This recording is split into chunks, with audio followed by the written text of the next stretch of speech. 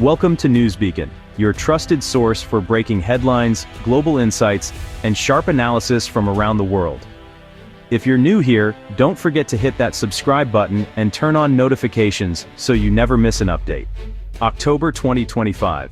Autumn descends on Europe, but the air is thick with more than falling leaves. Anger and frustration ripple across the continent. From Paris to Rome, crowds surge through the streets, united by outrage over the ongoing Israel-Palestine conflict. The suffering in Gaza has reached a breaking point, shocking Europe into action. Images of devastation and stories of loss have galvanized millions. People demand their governments take a stand for peace and justice. This is not just another chapter in a long conflict. Europe senses a turning point. Recent events have forced a reckoning. The humanitarian crisis is impossible to ignore. Protests erupt, but behind the scenes, political tides are shifting. European governments, once cautious, now make bold moves. Several officially recognize Palestine. This marks a dramatic change in international diplomacy, straining old alliances and signaling a new era. The world watches as Europe redefines its role in the Middle East. Uncertainty looms, but so does the hope for transformation. We'll explore why Europeans are marching, the crisis in Gaza fueling their anger, and the political decisions reshaping the region. From the UN to European capitals, leaders face tough choices. This is the story of a continent confronting its conscience. Protest, politics, and the desperate search for peace collide in a time of war. The stakes have never been higher. Europe stands at a crossroads, its actions echoing far beyond its borders. The question, can this wave of emotion and political will bring real change? The answer is still unwritten. But for now, Europe is awake, and the world is watching. The search for peace has never felt more urgent. To grasp Europe's outrage, look to Gaza. By late September 2025, the toll is staggering, over 65,000 Palestinians killed, including more than 8,500 children. Since the war's escalation after the October 2023 Hamas attack, Gaza's infrastructure, homes, hospitals, schools, lies in ruins. The UN confirms famine is spreading, food and water are scarce, families face starvation, millions are displaced, living in tents or shattered buildings. Medical care is nearly gone, hospitals bombed, supplies depleted, doctors overwhelmed. Disease spreads in overcrowded shelters. Every day brings new hardship for a population already battered by years of conflict. The world sees this suffering in real time. Images and stories flood European screens. For many, the debate is no longer political. It's a human crisis demanding action. The pain in Gaza has become Europe's moral emergency. Protests erupt, fueled by a sense that something must be done. The humanitarian catastrophe is no longer distant. It's personal. European citizens demand their leaders respond. The crisis in Gaza is the fire behind Europe's call for change. The world cannot look away.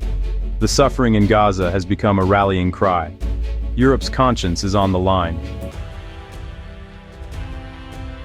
As Gaza's crisis deepened, Europe's diplomatic stance transformed.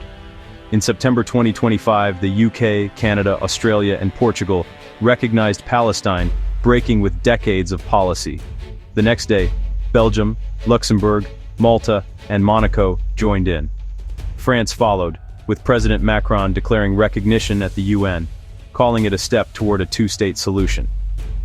Over 145 UN member states now recognize Palestine, a clear international majority.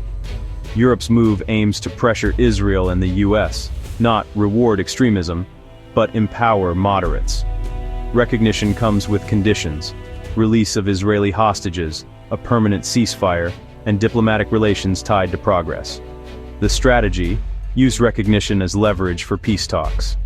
Europe's bold step signals a new approach, one that challenges old alliances and seeks to reshape the path to peace. The world's diplomatic landscape is shifting. Europe is no longer content to follow. It's leading. The message: the status quo is over. The hope: recognition sparks real negotiations. The risk: new tensions, new uncertainties. As governments shifted, so did the streets. Late September and early October saw massive pro-Palestinian protests across Europe, hundreds of thousands in cities from London to Lisbon. Students, workers, families, and activists united, demanding an end to Gaza's suffering. Paris lit the Eiffel Tower in Palestinian colors, defying official neutrality. Italian cities erupted in protest, challenging their government's stance. The message: immediate ceasefire, unrestricted humanitarian aid, and accountability for war crimes. The protests were peaceful but urgent, amplifying public outrage. Leaders could no longer ignore the pressure. The movement gave political cover for bold decisions, like Macron's recognition of Palestine. The people's voice echoed in the halls of power. Europe's streets became a force for change. Israel responded with fierce opposition. Prime Minister Netanyahu and other leaders condemned Europe's recognition, calling it a reward for terrorism. Israel's government insisted its war was for survival, not aggression. Hardliners called for annexing the West Bank and dismantling the Palestinian Authority. The Israeli public, still traumatized by the October 2023 attacks, saw Europe's move as a betrayal. Israel vowed to stand firm, prioritizing security over international pressure. The divide between Israel and Europe deepened, with no sign of compromise. Amid Europe's shift, the United States held its ground. President Trump's administration refused to recognize Palestine, insisting recognition must follow negotiations, not precede them. The U.S. skipped key UN summits, joined by Germany and Italy, signaling a rift in the Western alliance. America's UN veto blocks Palestinian membership, regardless of global support. Trump criticized allies' decisions but stopped short of retaliation. The U.S. focus: Israel's security, hostage release, and a mediated pause in fighting. Europe and America now pursue different strategies, recognition as a starting point versus an end goal. The split leaves the path to peace uncertain. The Western alliance faces a test of unity and purpose. For the Palestinian Authority, Europe's recognition was a diplomatic victory. President Abbas praised the move, seeing it as a chance to strengthen moderate leadership. He called for a permanent ceasefire and urged the world to turn recognition into real change. Abbas condemned Hamas's violence and called for unity under a single, peaceful government.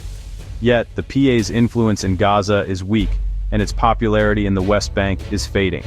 The challenge: can the PA turn international support into real authority and unity? The answer will shape the future of a Palestinian state. The European Union launched a coordinated strategy for aid and reconstruction. President von der Leyen announced a new fund to rebuild Gaza, homes, hospitals, schools, once fighting ends. Aid is tied to a Hamas-free, peaceful Palestinian government. The EU's message: financial support depends on renouncing violence and pursuing a two-state solution. A new Palestine donor group will coordinate global aid. The EU's approach blends humanitarian relief with political leverage. The goal: turn international declarations into practical steps for peace. Europe hopes its resources can help break the cycle of violence. October 2025 marks a turning point. The Israeli-Palestinian conflict now dominates Europe's streets and parliaments. Public outrage and bold diplomacy have shattered the old status quo. Recognition of Palestine is a catalyst, not a conclusion, but deep divisions remain. Israel stands defiant, the US is cautious, and Palestinian leadership is fractured. The road to peace, ending war, freeing hostages, rebuilding Gaza, uniting leadership, is daunting. Europe's new momentum is fragile, but something fundamental has changed. The future is unwritten, but hope and peril now share the stage. Europe's actions have opened a new chapter, one that could finally reshape the quest for peace.